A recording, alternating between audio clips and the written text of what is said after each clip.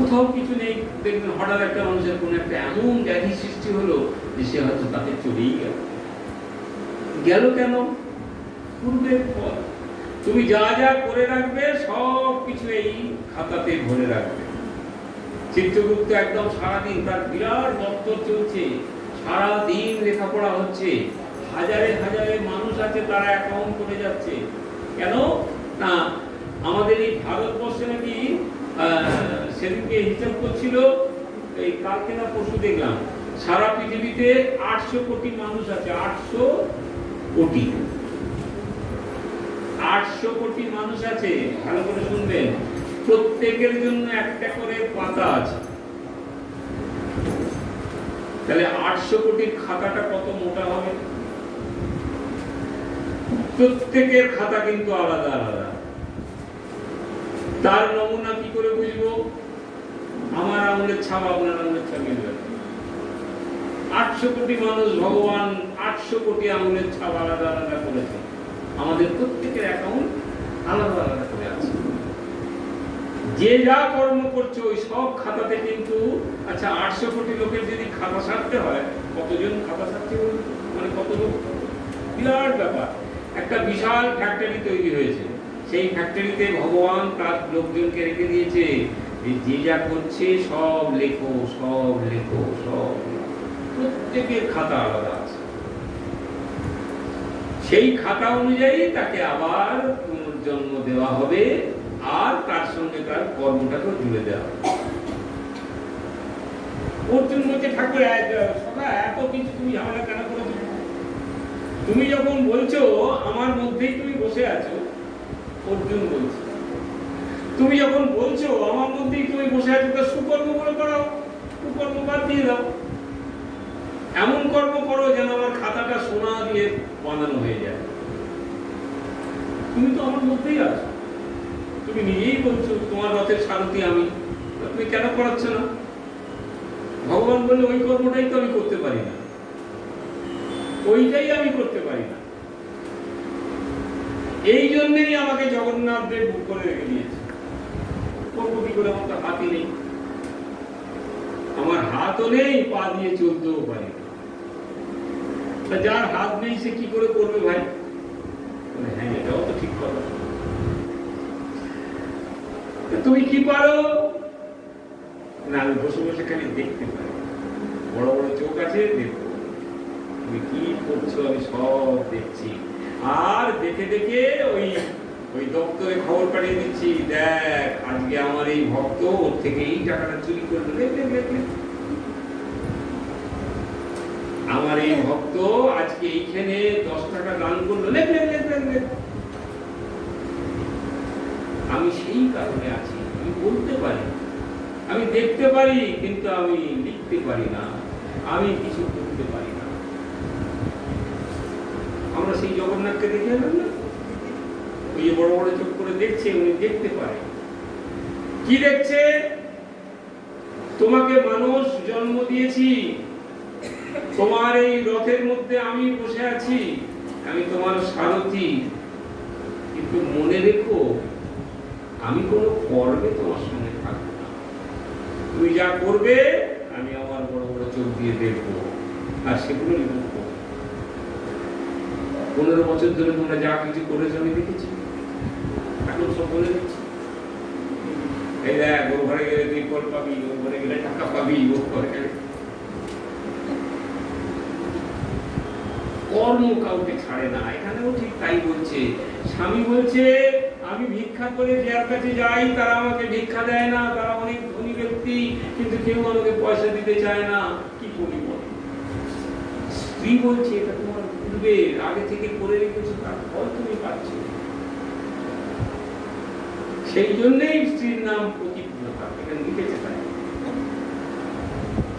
পূর্বজন্মে কোনো ফল না থাকলে স্বর্ণ পর্বতে গেলেও কিছু পাওয়া যাবে না। তুমি যদি পূর্বজন্মের কোনো স্বীকৃতি না থাকে, সোনার পাহাড় দেখতে পাবে, তার উপর উঠেছো, কিন্তু তোমার থেকে ছাড়িয়ে নেওয়ার কোনো ক্ষমতা নেই, তাতে তোমার কোনো লাভ হবে না। হে স্বামী, পূর্বজন্মে আমি অথবা আপনি কেউই ধন সম্পত্তি ইত্যাদি কোনো কিছুই সৎ পাত্রে দান করিনি। ফেরত পেতে গেলে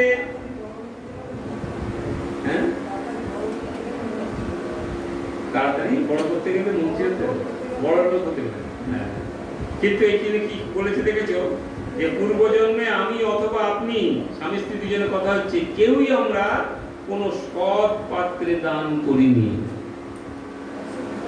আচ্ছা, দান সৎ পাত্র মানে কিন্তু পাত্র কথাটা দুটো হয়, একটা হচ্ছে কোন ব্যক্তি বিশেষ পাত্র, আর পাত্র মানে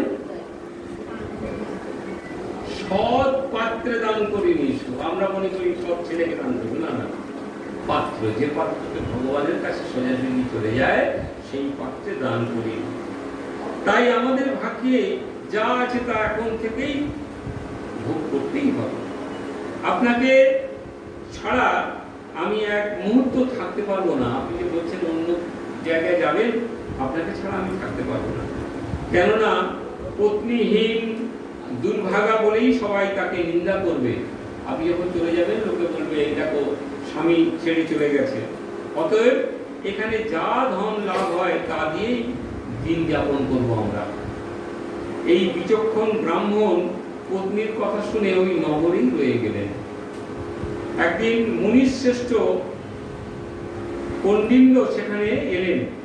তাকে দেখে সুমেধা খুব খুশি হলেন। ব্রাহ্মণ স্ত্রী মুনিকে প্রণাম জানিয়ে বললেন, সুন্দর আসন দিয়ে তার পূজা আশ্রা করলেন। ওই দম্পতি আনন্দ সহকারে মুনিকে ভোজন করালেন। এরপর ব্রাহ্মণ পত্নী জিজ্ঞাসা করলেন, হে মুনিবর, কিভাবে আমাদের এই দারিদ্রতা নাশ হয়? বিনা দানে কিভাবে ধন বিদ্যা স্ত্রী লাভ হয়? আমি কোনো কিছু দানও করতে পারবো না, আমার কাছে কিছু নেই, তো দেবো কি? কিভাবে আমি এর থেকে মুক্তি পাই? আমার স্বামী আমাকে এখানে রেখে ভিক্ষার জন্য দূর দেশে যেতে চান, কিন্তু আমি তাকে যেতে নিষেধ করছি। এখন আমাদের ভাগ্য বশে এখানে আপনার শুভাগমন হয়েছে। আপনার কৃপায় আমাদের দারিদ্রতা অবশ্যই নাশ হবে।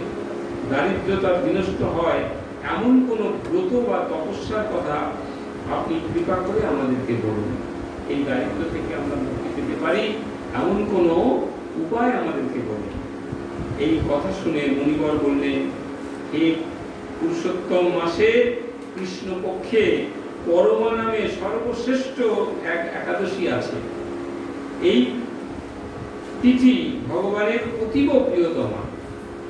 এই ব্রত পালনে মানুষ অন্ন, ধন সম্পদ আদি সবই লাভ করে থাকে। এই সুন্দর ব্রত ধনপতি কুবের প্রথম করেছিলেন। এই যে আজকের ব্রত, যে কুবেরকে আমরা বলি না ধন সম্পদের মালিক, সেই কুবের করেছিলেন। আর রাজা হরিশ্চন্দ্র সব হারিয়ে ফেলেছিল। আপনারা হরিশ্চন্দ্রের কথা সবাই জানেন, সব হারিয়ে ফেলেছিল। এই একাদশী করার ফলে তিনি আবার পুনরায় সবকিছু ফেরত পেয়েছেন। নতুন গৃহ ও গাভী দম্পতিকে তিনি ওই ঋষি দান করলেন। এই দানের ফলে মৃত্যুর পরে রাজা বিষ্ণুলোক প্রাপ্ত হয়েছিলেন।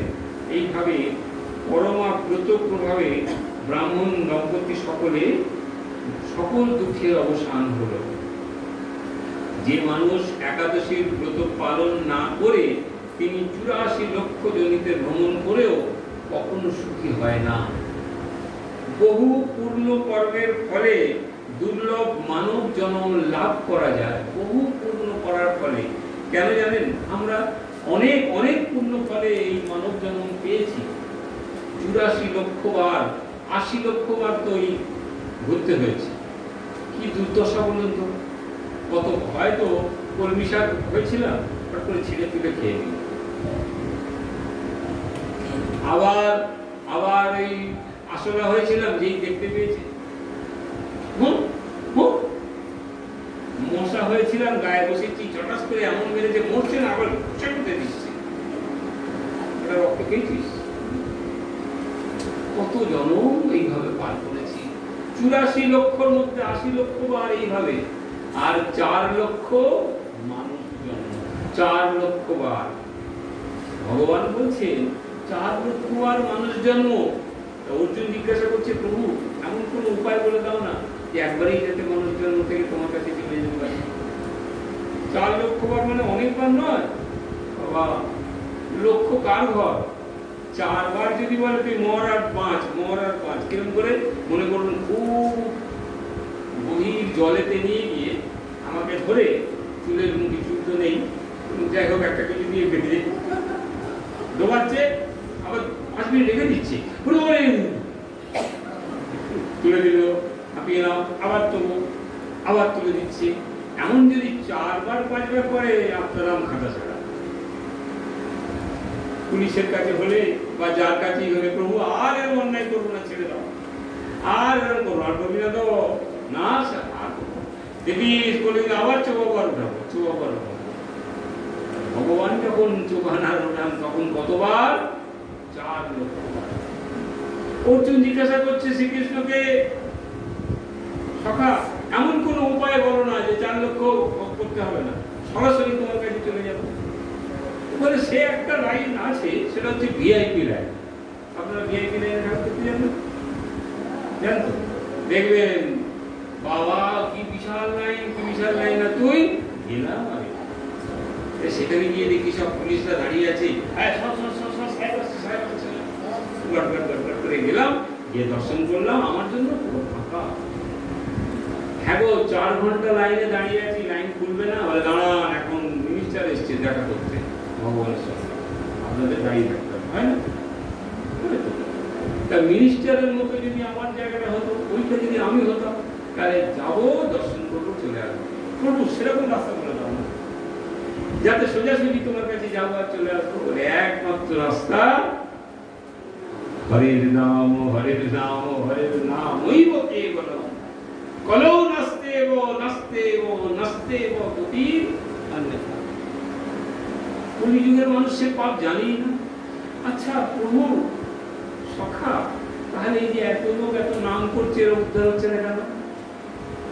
এত যে নাম করছে, সব জায়গাতে নাম হচ্ছে, উদ্ধার হচ্ছে না কেন? বলে কেন জানো, এরা চোখে চশমা পরে নাম করে আমার মতো। আমার তো তবু দেখতে পাচ্ছি, আবার কেউ কালো চশমা পরে নাম করে। কিরকম জানতে চাও? অর্জুনকে জিজ্ঞাসা করছে, কৃষ্ণ জানতে চাও? তাহলে একটা কাজ করো, কাল সকালবেলাতে তোমরা 5 ভাই ঘুম থেকে উঠে মর্নিং ওয়াক করতে যাও তো, আপনারা তো যান, কিন্তু যাই ভোরবেলা উঠে যা দেখবে আমাকে বলো, আমি তোমাদেরকে কাল উঠে দিয়ে দেবো। কেন তোমরা সরাসরি যাবে আর যাবে না? অর্জুন হচ্ছে আমি ভগবানকে প্রশ্ন করছি, ঠিক না? অর্জুন হচ্ছে আমি ভগবানকে প্রশ্ন করছি, ঠাকুর সরাসরি যাব কি করে? বললে কেন জানো, সকালবেলা কেউ আমি উত্তর দেবো না, তোমরাই আমাকে জিজ্ঞাসা করো, আমি বলে দেবো। তো অর্জুন সকালবেলাতে উঠেই, যেহেতু ভগবান বলেছে, সখা বলেছে যে উত্তর দেবে, তিনি উঠেই গঙ্গার পাড়ে চলে গেছে হাঁটতে। গঙ্গা দিয়ে হাঁটতে হাঁটতে যাচ্ছে, যেতে যেতে দেখছে যে একটা পচা গলা দেহ গঙ্গায় ভেসে যাচ্ছে। সেই দেহটার উপরে একটা পাখি বসে আছে, সেই পাখির ডানাতে হরে কৃষ্ণ নাম লেখা।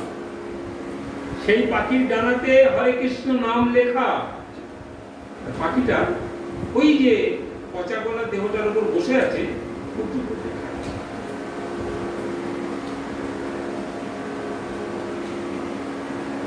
আবার সব থেকে ছোট ভাই কে গো 5 ভাইয়ের মধ্যে?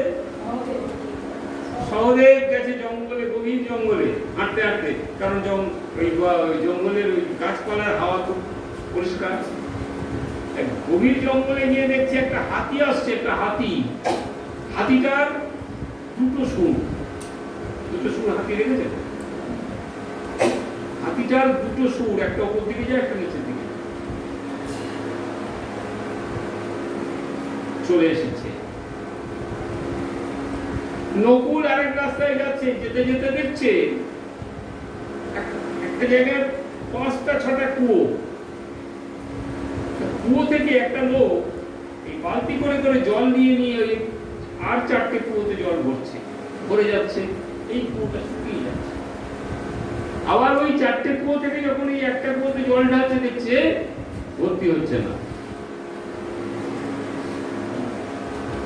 ওই 4টে কুয়ো থেকে জল নিয়ে যখন একটা কুয়োতে ভরছে, তখন দেখছে ভর্তি হচ্ছে না।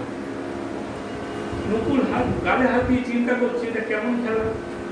একটা কুয়োর জল 5টা কুয়োতে ভর্তি হয়ে গেল, অথচ ওই 4টে কুয়োর জল যখন একটাতে ঢালছে, ভর্তি হচ্ছে না কেন? সখার সঙ্গে দেখা হয়েছে কৃষ্ণ। সখাকে প্রথম প্রশ্ন করছে অর্জুন। অর্জুন জিজ্ঞাসা করছে, সখা তুমি বলেছিলে সকালবেলা যা দেখবে আমাকে জিজ্ঞাসা করবে, আমি তার উত্তর দেব। আমরা সোজাসুজি কেন যেতে পারবো না? প্রশ্নটা কিন্তু এটাই ছিল, ভগবানের কাছে আমাদের না যাওয়ার রাস্তার জায়গাটা কোথায়? কেন পারবো না? কি দেখলাম জানো? অবাক কাণ্ড। বলে কি দেখেছ? দেখলাম একটা পাখি, তার গায়ে হরে কৃষ্ণ নাম লেখা, আর সে বসে বসে ওই পচা মাংস খাচ্ছে। বেশ, তুমি কি দেখেছো? আমি গভীর জঙ্গলে হাঁটতে হাঁটতে ওই জঙ্গলে কি বলে খোলা বাতাস পাবো বলে দেখি একটা হাতি বেরোলো, তার 2টো সুর। এটা হয় না? বেশ, তুমি কি দেখেছো? বলে আমি দেখলাম 5টা কুয়ো, একটা কুয়ো থেকে জল নিয়ে 4টাতে ভর্তি করছে, আবার 4টে কুয়োর জল যখন একটাতে ভর্তি করছে, হচ্ছে না। তাহলে এবার আমি বলি, আমরা তোমাকে জিজ্ঞাসা করবো, বলি তো এসেছি যে প্রথম যেটা দেখলে অর্জুন, একটা পাখি, তার গায়ে কৃষ্ণ নাম লেখা, তুলসীর মালা গলায় থাকবে, তুলসীর মালা গলায় থাকবে, আর ফ্রিজে রেখে মাংস খাবে। এই হচ্ছে কলিযুগ। তুলসীর, ওই জন্য তুলসী মালা গলায় খুলে ফেলেছে। তুলসীর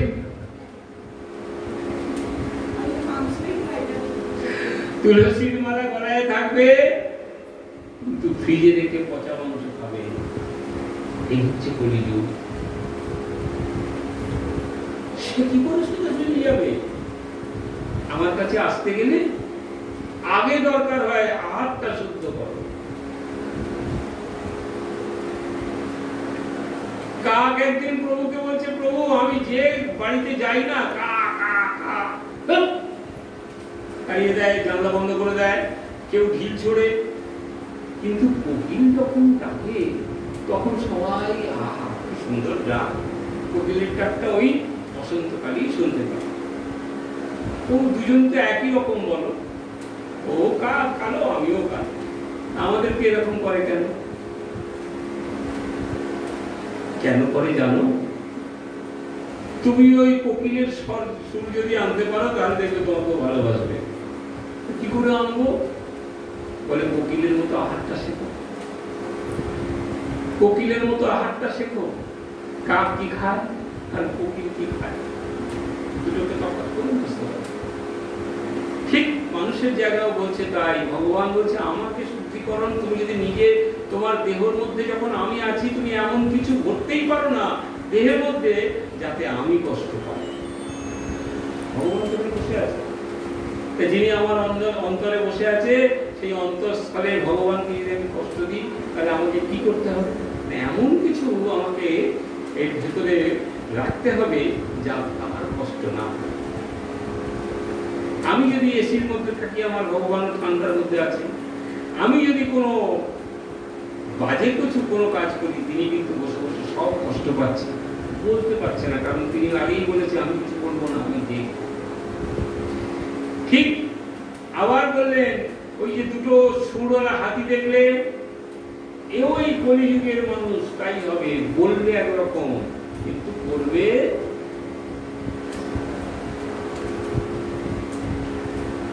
আমি কিচ্ছু। তোমাদের এখানে বাবা কি ভালো লাগে, আজ এই বাইরে দেখা হল, কতদিন খাওয়া দাওয়া হয়নি, আবার যাও উৎসবের সময়। তো হরিনামের যে একাদশীতে পাঠ হবে, যাবে না? সময় কোথায় বলো? হ্যাঁ, তাহলে তুই যখন রথের সময় সেই অন্নকূট হবে, ওই দিন একটু সকাল সকাল যাও। ওই দিন সকাল সকাল আসবে কেন? উনি বাবা দুপুরবেলা দিন আগে দাদা আমাকে একটু ভাড়ে, দাদা আমাকে একটু জায়গায় এই প্লাস্টিকটা দিচ্ছি, এতে দিলেই তো। একাদশীর দিন তো প্লাস্টিকও চলবে না, কিছুই নেই। এই হচ্ছে হাতির সুর। তাহলে মানুষ তোমার আমার কাছে আসবে কি? আমি বারবার বলেছি, অহৈতুকী ভালোবাসা যে করে তাকে আমি আমার কাছে নিই। অহৈতুকী মানে যার মধ্যে কোনো লাভ, লালসা, লোভ কিচ্ছু নেই, সব কিছু ত্যাগ করে সে আমার কাছে এসেছে, তাকে না আমার সঙ্গে নেব। তাহলে আমরা তাকে তো যাবো কি করে? আমাদের তো সব কিছু ওই হাতির সুরের মতন করে বসে আছে। নকুল বলছে, আমি যে দেখলাম একটা কুয়ো থেকে 4টে কুয়ো জল ভরছে, আর 4টে কুয়ো থেকে একটা কুয়ো ভরছে না। এটাই তো হবে, মা তার 4টে সন্তানকে একভাবে মানুষ করবে। তোর জামাটা নষ্ট হয়ে গেছে, আরেকটা কিনে দেবো। আরেক ছেলে বলল, মা দেখো না, ওর জামাটা দেখছো, আমারটা দেখছো না, ছিঁড়ে গেছে, তোকেও কিনে দেবো। 4টে ছেলেকে সে একভাবে তৈরি করবে, মানুষ করবে। যেদিন তার সময় আসবে, সেদিন ওই 4টে ছেলে মাকে দেখবে না।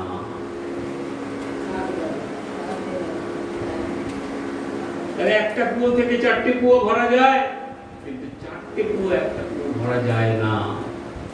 এটা কলিযুগ, এই যুগে এটাই হবে। তাহলে এরা আমার কাছে আসবে কি করে? ভাগবতের প্রথম শ্লোক হচ্ছে সত্যম পরম ধীমহি, আর আমাদের জীবনে মিথ্যে পরম ধীম। ভগবান বলছে, মিথ্যে লোককে তো আমি পছন্দ করি না। সারাদিন যারা ছলচাতুরির মধ্যে থাকে তারা আমার থেকে দূরে থাকে। তোমাকে যদি আমার সান্নিধ্যে আসতে হয়, আগে তো সব হয়।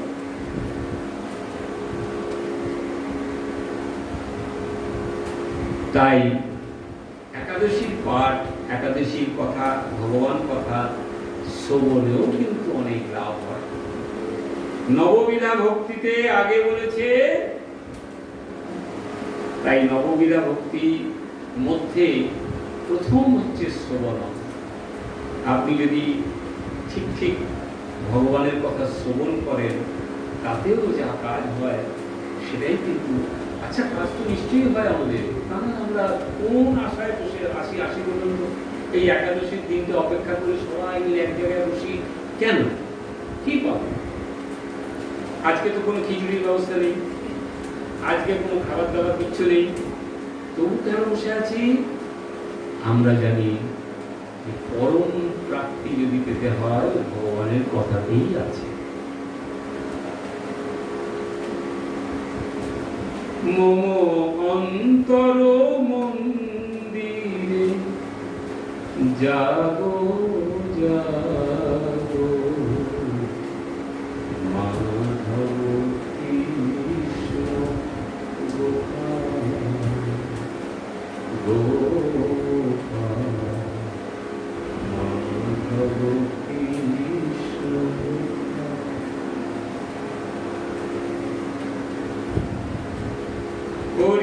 হরিহরায় নমো, কৃষ্ণ যাদবায় নমো। হরিহরায় নমো, কৃষ্ণ যাদবায় নমো। যাদবায় মাধবায় কেশবায় নমো। গোপাল গোবিন্দ রাম শ্রী মধুসূদন, গিরিধারী গোপীনাথ মদন মোহন। গোপাল গোবিন্দ রাম শ্রী মধুসূদন, গিরিধারী গোপীনাথ মদন মোহন। শ্রী চৈতন্য নিত্যানন্দ শ্রী অদ্বৈত সীতা, গদাধর হরি গুরু বৈষ্ণব ভাগবত গীতা। হরি গুরু বৈষ্ণব ভাগবত গীতা। ছয় রূপ সনাতন ভট্ট রঘুনাথ,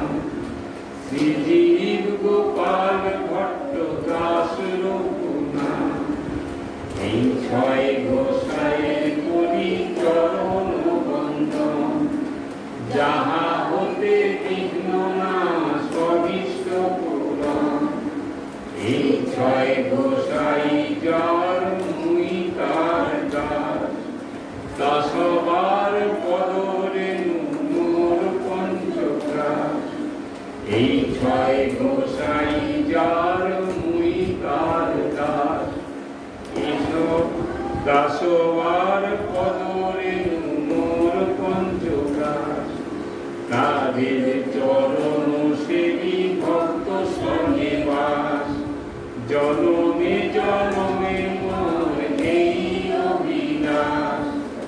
এই ছয় গোসাই যবে ব্রজে কইলেন বাস, রাধা কৃষ্ণ নিত্য লীলা করিলেন প্রকাশ। এই ছয় গোসাই যবে ব্রজে কইলেন বাস, রাধা কৃষ্ণ নিত্য লীলা করিলেন প্রকাশ। আনন্দে বড় হরি ভজ বৃন্দাবন, আনন্দে বড় হরি ভজ বৃন্দাবন, শ্রী গুরু বৈষ্ণব পদে মজাইয়া মন, শ্রী গুরু বৈষ্ণব পাদ পদ্ম করিয়াস। হরি নাম সংকীর্তন করে নরোত্তম দাস, হরি নাম সংকীর্তন করে নরোত্তম দাস। হরে কৃষ্ণ হরে কৃষ্ণ কৃষ্ণ কৃষ্ণ হরে হরে, হরে রাম হরে রাম, রাম রাম হরে হরে, হরে কৃষ্ণ হরে কৃষ্ণ কৃষ্ণ কৃষ্ণ হরে হরে, হরে রাম হরে রাম, রাম রাম হরে হরে। রাধে রাধে রাধে রাধে রাধে রাধে গোল, রাধে রাধে রাধে রাধে রাধে রাধে গোল, রাধে রাধে রাধে রাধে রাধে রাধে গোল, রাধে রাধে রাধে রাধে রাধে রাধে গোল, রাধে রাধে রাধে রাধে রাধে। রাধা রানী কি, রাধা রানী কি, রাধা রানী কি। রাধে রাধে রাধে রাধে রাধে রাধে গোল, রাধে রাধে রাধে রাধে রাধে রাধে গোল, রাধে রাধে রাধে রাধে রাধে রাধে গোল, রাধে রাধে রাধে রাধে রাধে রাধে গোল, রাধে রাধে রাধে রাধে রাধে গোল, রাধে রাধে রাধে রাধে রাধে রাধে গোল। একাদশী তিথি কি, একাদশী তিথি কি, একাদশী তিথি কি, পুরুষোত্তম মাস কি, পুরুষোত্তম মাস কি। জয় জয় রাধে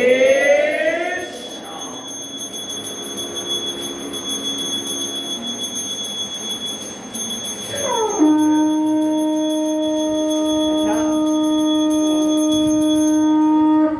কেউ কেউ একাদশী বোধহয় পেয়েছিলেন না পেয়েছিলেন, যদি দরকার হয় নিয়ে যাবেন একাদশী তালিকা। বলে দেবো। আচ্ছা, একটি বিশেষ ঘোষণা, সেটা হচ্ছে স্নান যাত্রা আসছে আগামী 29 তারিখে স্নান যাত্রা, সোমবার। স্নান যাত্রার আগের দিন আমার এই দিদির বাড়ি, সকলে আপনারা যাবেন, নিমন্ত্রণ রইল। সেদিনকে ওখানে নাম গান হবে এবং তার সঙ্গে প্রসাদের ব্যবস্থা থাকবে।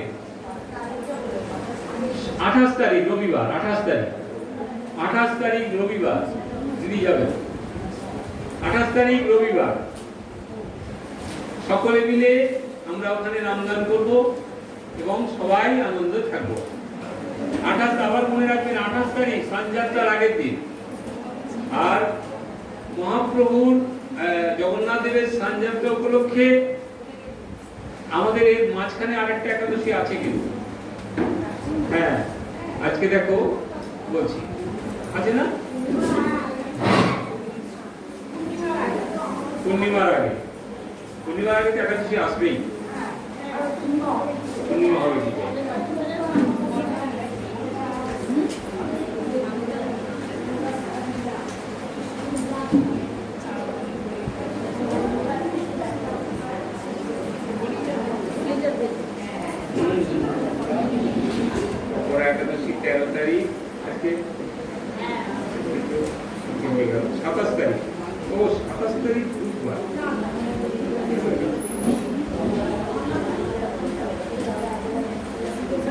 এটা বাংলা তারিখ কেন?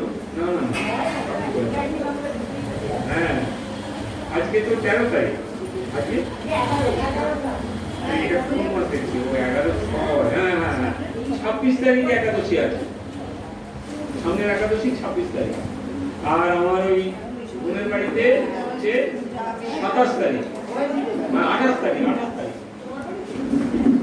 28 তারিখে আপনারা সকলে এই এটা করছে শুক্রবার, আর ওনার বাড়িতে হচ্ছে রবিবার।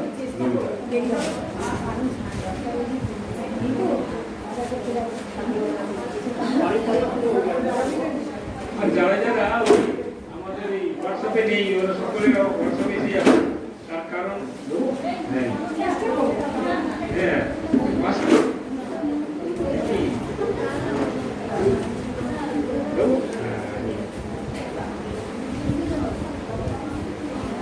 মাকে একাদশী করে না, মাকে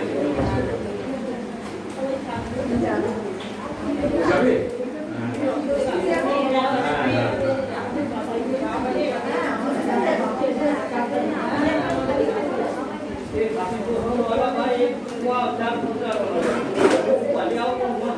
और दो है और समझो तो शुरू करो आगे एकादशी এটা হচ্ছে আমাদের এই এখানে চলে আসবে, তবুও আপনারা বলে দিচ্ছি হ্যাঁ আগে আসুন আগে আরে না আমাদের পুজো হয় লোক অপেক্ষা ওইটা দিয়ে সোজা যাবেন, পানিকে ঘুরবেন না, সোজা হ্যাঁ হ্যাঁ হ্যাঁ না না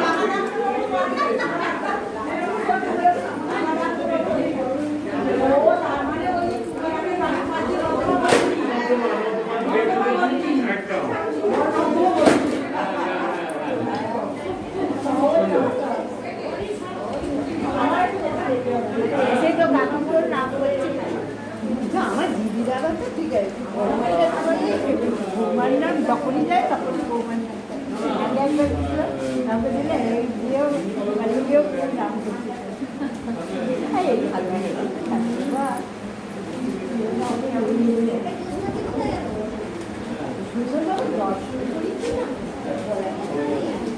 ভিড়ের মধ্যে আমাদের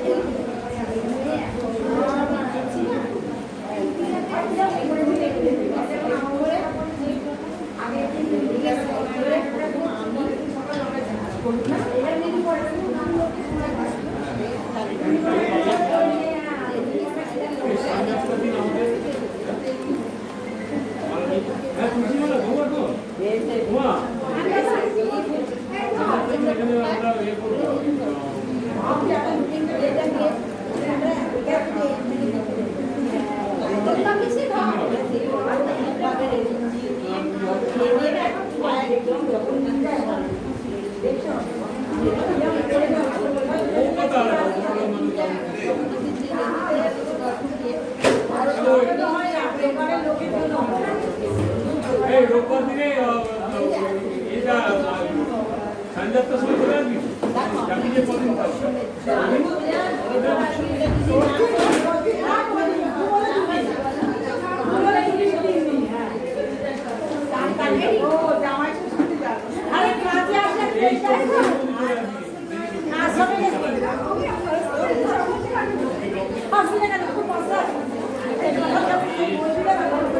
একজন ভক্ত